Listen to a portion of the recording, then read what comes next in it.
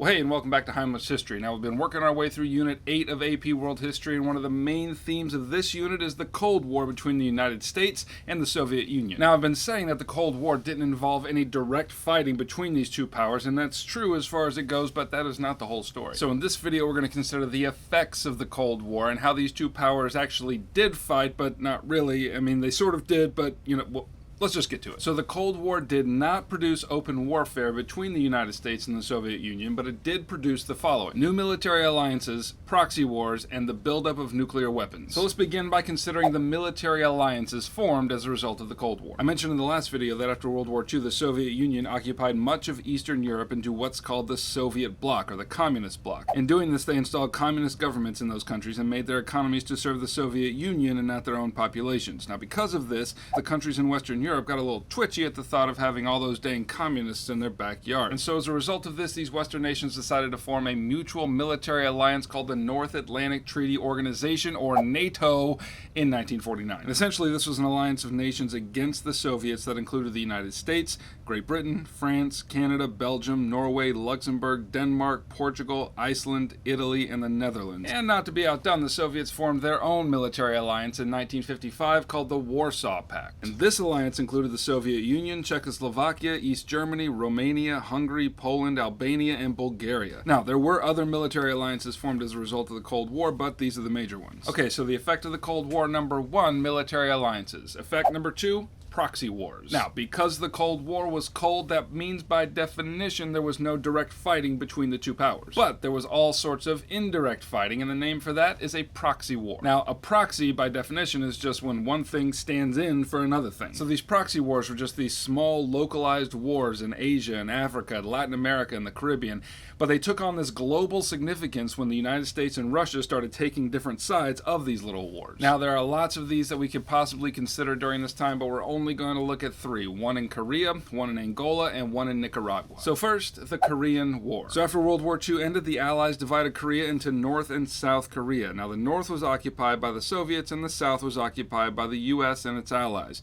Well, in 1950, North Korea invaded South Korea in order to create a single state under its own leadership. And the United Nations came to the aid of South Korea. And I say the United Nations, but it was mostly the United States. Now, the Soviets didn't supply any troops to the North Koreans in order to help, but they did send tons of guns and boom boom. And in this way, the United States and the Soviet Union fought each other without actually fighting each other. So as the war went on, the UN forces pushed the North Koreans all the way up to the Chinese border. Now, China saw this and started to fear that the UN forces would then go ahead and invade China. So what they did is they sent troops to aid the North Koreans. And with that fortification, the North Koreans pushed the UN forces all the way back below the 38th parallel. And by 1953, the conflict ended in a stalemate because everything in the two countries remained largely as they were before the war, except that 3 million people were dead as a result. Okay, now the second proxy war we're going to consider is the Angolan Civil War, which started in 1975. So Angola was a colony of Portugal, and as is the custom with imperial powers, they went ahead and drew borders around rival people groups and just threw them together under one government. Now, each of these groups fought against the Portuguese and actually won their independence. But once they were free, the real question became which one of these rival groups is actually going to have power in a free Angola. Now, again, this seems like just a nice, tidy little conflict down in sub-Saharan Africa. They'll figure it out for themselves.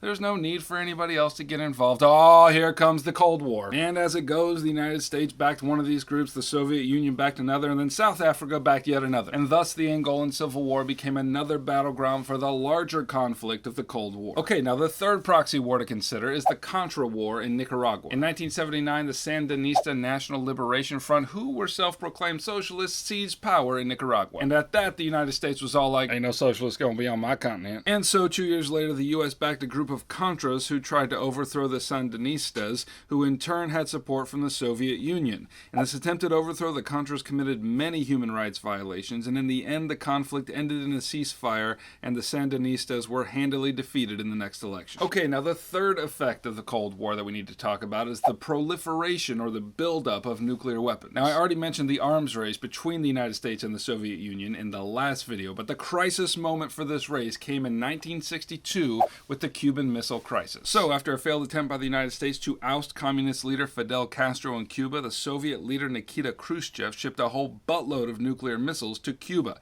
Now, I mentioned in the previous video that the Soviets had already developed missiles that were capable of carrying nuclear warheads and could hit targets in the US. And that was fearful enough. But now these missiles were right in our backyard. I mean, look at it. There's Cuba.